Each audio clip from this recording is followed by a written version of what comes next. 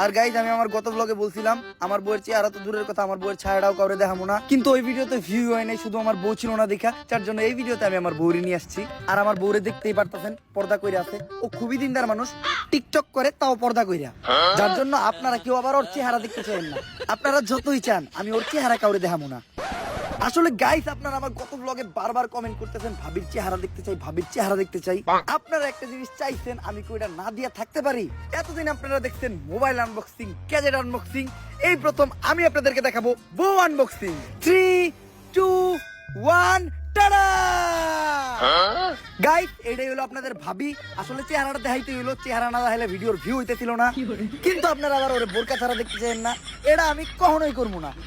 আর guys finally আমি আপনাদের ভাবিরে বোরকা ছাড়া শুধু গেঞ্জি পরায় আপনাদের সামনে নিয়েই আসলাম।